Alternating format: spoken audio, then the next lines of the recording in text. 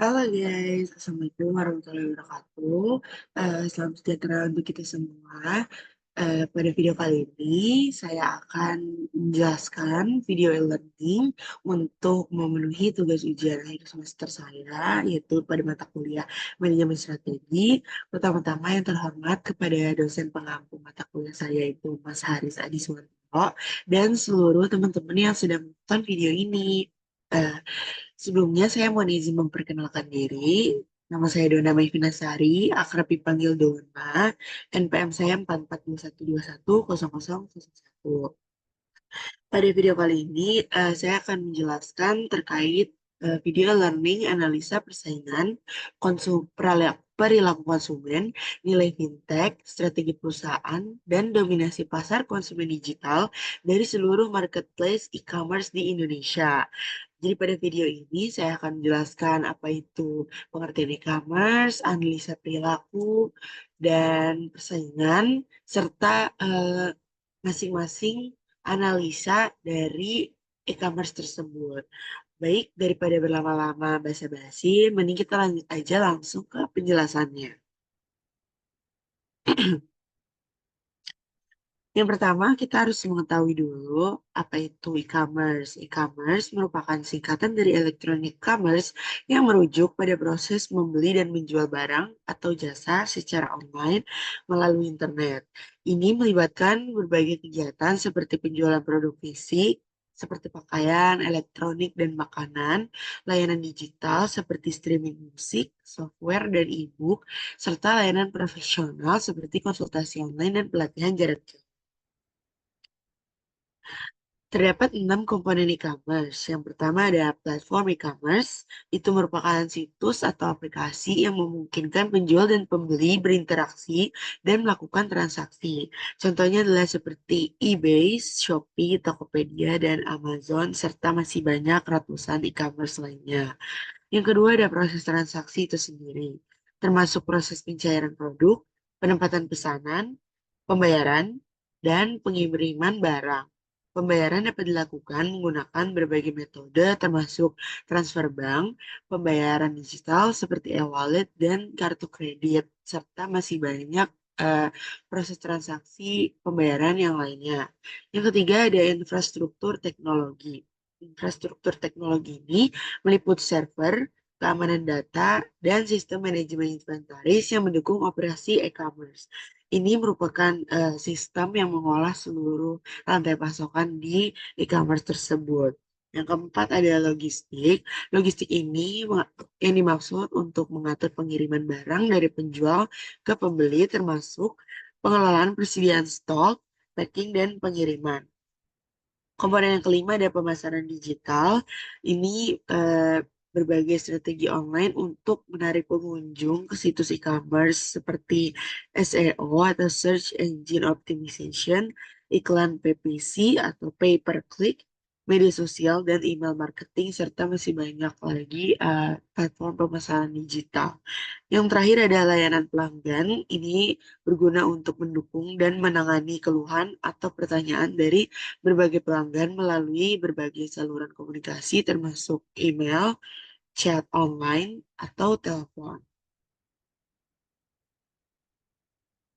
Selanjutnya, untuk melakukan benchmarking strategi di sini melakukan analisa persaingan. Analisa persaingan ini merupakan proses untuk memahami dan mengevaluasi lingkungan kompetitif di mana sebuah perusahaan atau entitas beroperasi. Tujuan dari analisis persaingan ini adalah untuk mengidentifikasi kekuatan dan kelemahan pesaing serta potensi ancaman dan peluang yang ada dalam pasar. Hal ini membantu perusahaan dalam merumuskan strategi yang efektif untuk mencapai keunggulan yang kompetitif. Pentingnya analisa persaingan ini yang pertama yaitu menginformasikan strategi bisnis. Yang kedua ada mengurangi risiko. Yang ketiga ada mendorong inovasi. Yang keempat ada meningkatkan keunggulan kompetitif.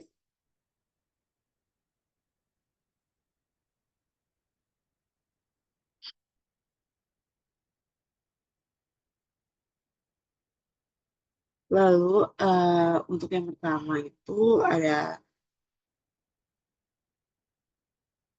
menginformasikan strategi bisnis. Di sini yang dimaksud adalah memberikan wawasan yang diperlukan untuk merumuskan strategi pemasaran, pengembangan produk, dan strategi penetapan harga yang efektif.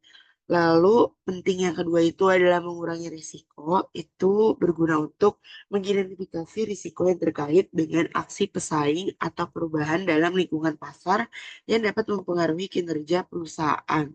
Yang ketiga itu mendorong inovasi, itu menyediakan dorongan untuk inovasi dengan memahami tren dan praktek terbaik dalam industri yang mungkin diterapkan oleh para pesaing. Yang terakhir ada meningkatkan keunggulan kompetitif, itu memungkinkan perusahaan untuk menyesuaikan strategi mereka agar sesuai dengan dinamika pasar dan meningkatkan posisi mereka di pasaran. Lanjut, itu ada yang kedua, menganalisa perilaku konsumen. Perilaku konsumen ini mengacu pada proses di mana individu atau kelompok memilih, membeli, menggunakan, atau membuang produk, jasa, ide, atau pengalaman untuk memenuhi kebutuhan dan keinginan mereka. Ini merupakan area studi penting dalam pemasaran dan ilmu sosial, karena memahami perilaku konsumen membantu perusahaan dalam merancang strategi pemasaran yang lebih efektif dan memuaskan pelanggan. Faktor-faktor yang dapat mempengaruhi perilaku konsumen yang pertama ada faktor demografis, itu mencakup usia, jenis kelamin, status perkawinan, pendidikan, pendapatan, dan pekerjaan yang dapat mempengaruhi preferensi dan keputusan konsumen. Yang kedua ada faktor sosial dan budaya, yaitu nilai-nilai norma, keyakinan, dan budaya dari kelompok sosial tertentu dapat mempengaruhi perilaku konsumen seperti gaya hidup dan kebiasaan belanja yang dipengaruhi oleh kelompok budaya.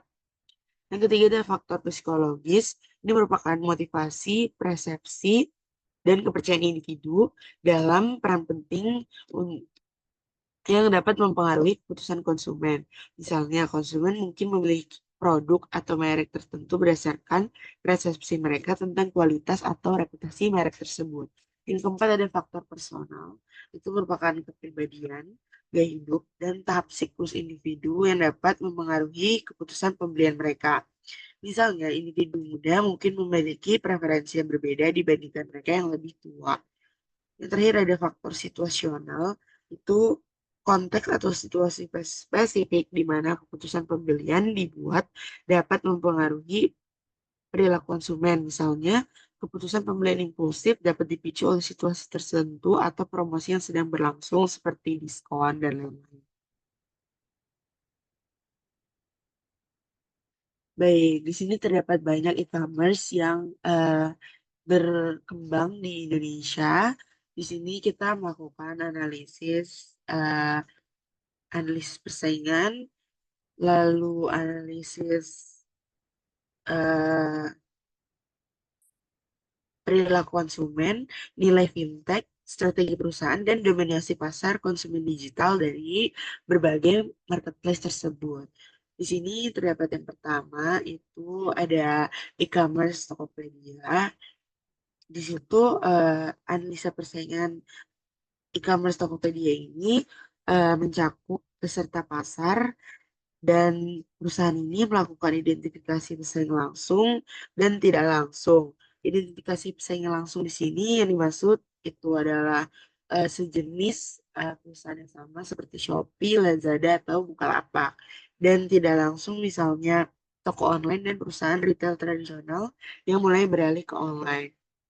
Selanjutnya, analisa persaingan Tokopedia yang kedua, itu ada kekuatan dan kelemahan. Kekuatan dan kelemahan ini berguna untuk mengevaluasi keunggulan kompetitif Tokopedia dalam hal teknologi platform, pengalaman pengguna, basis pelanggan, dan keunggulan harga.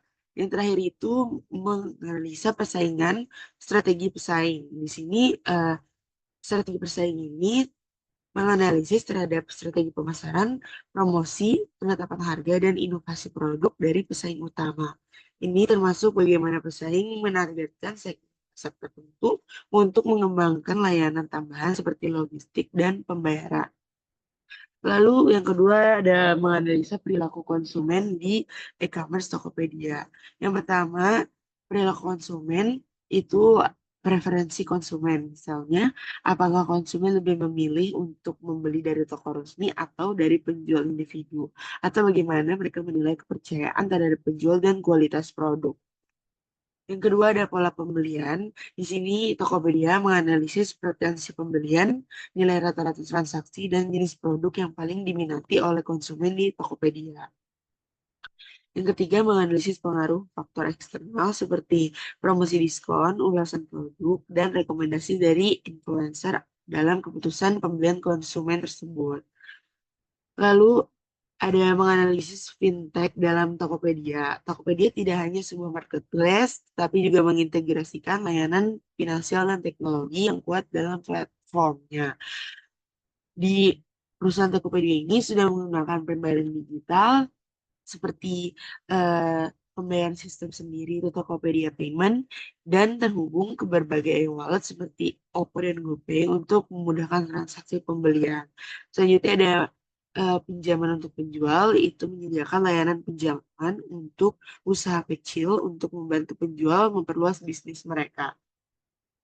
Yang ketiga, Tokopedia juga sudah ada baik dalam manajemen keuangannya karena menyediakan berbagai fitur untuk membantu penjual dalam manajemen inventaris, laporan keuangan, dan analisis kinerja penjualan. Lalu ada menganalisis strategi perusahaan Tokopedia. Itu yang pertama ada pemasaran digital. Tokopedia melakukan kampanye pemasaran yang agresif untuk meningkatkan kesadaran merek dan menarik lebih banyak pengguna baru ke platform. Lalu yang kedua, melakukan inovasi produk dan layanan untuk mengembangkan fitur baru seperti Tokopedia Mall, Flash Sale, dan fitur-fitur lainnya untuk meningkatkan pengalaman belanja konsumen.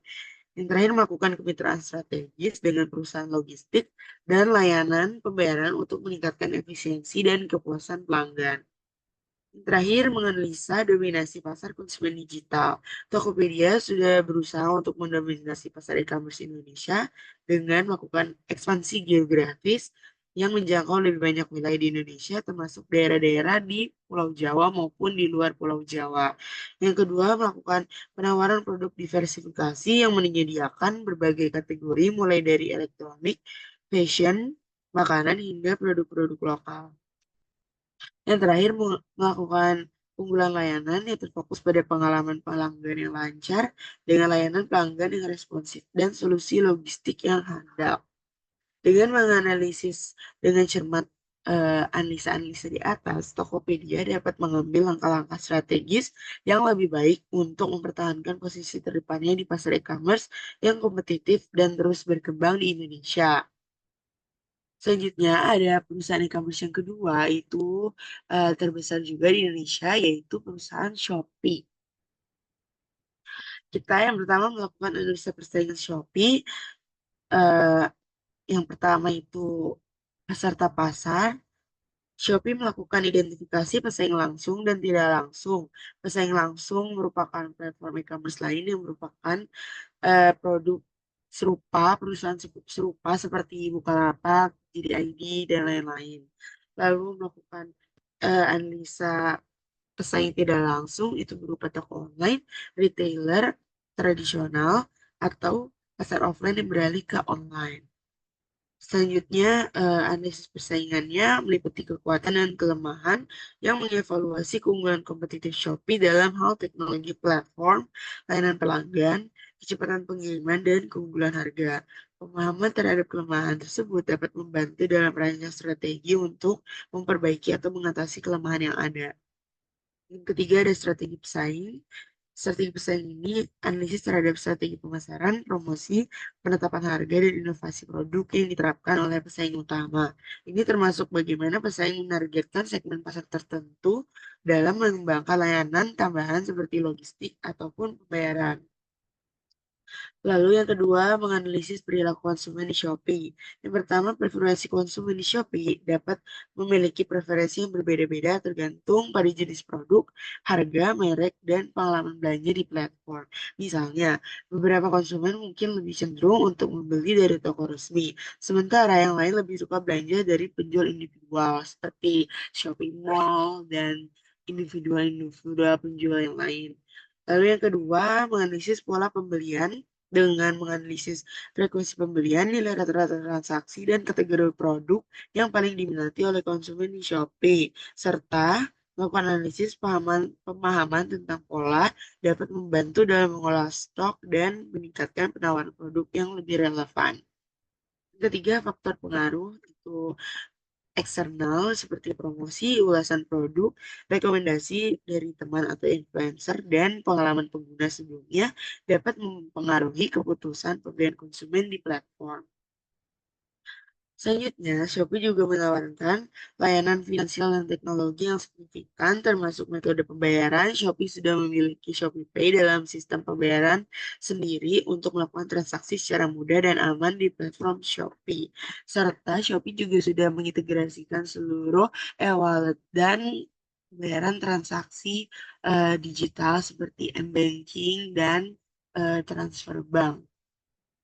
Selain itu, Shopee juga menyediakan kredit dan pinjaman yang dapat membantu penjual dalam mengembangkan usaha mereka melalui fasilitas peminjaman atau kredit yang disediakan oleh Shopee seperti Shopee Pay Later, Shopee Pinjam, dan masih banyak yang lainnya. Selanjutnya, manajemen keuangan di Shopee itu menggunakan fitur-fitur yang disediakan untuk mengelola inventaris, menganalisis penjualan, dan memantau kesehatan keuangan mereka. Yang ketiga ada strategi perusahaan yang Shopee gunakan itu melakukan pemasaran digital dengan melakukan kampanye pemasaran yang agresif untuk meningkatkan kesadaran merek dan menarik lebih banyak pengguna baru ke platform. Yang kedua, melakukan inovasi produk dan layanan dengan mengembangkan fitur-fitur baru seperti Shopee Mall, Shopee Games, Flash Sale, dan fitur-fitur lainnya untuk meningkatkan pengalaman belanja pengguna. Yang ketiga yaitu kemitraan strategis. Shopee telah bermitra dengan penyedia logistik dan layanan pembayaran untuk meningkatkan efisiensi operasional dan memperluas jangkauan pengiriman. Yang terakhir, pada e-commerce Shopee ini melakukan analisis dominasi pasar konsumen digital oleh Shopee. Shopee bertujuan untuk mendominasi pasar e-commerce di Asia Tenggara dengan melakukan ekspansi regional yang menjangkau lebih banyak negara di Asia Tenggara dan meningkatkan kehadiran mereka di pasar-pasar lokal. Yang kedua, melakukan diversifikasi produk yang menawarkan berbagai kategori produk dari elektronik, fashion, kosmetik, hingga makanan dan minuman. Yang terakhir itu melakukan keunggulan layanan yang terfokus pada layanan pelanggan yang responsif dan solusi logistik yang efisien. Dengan melakukan analisis mendalam terhadap faktor-faktor di atas, Shopee dapat mengoptimalkan strategi mereka untuk tetap bersaing di pasar e-commerce yang dinamis dan terus berkembang di Asia Tenggara.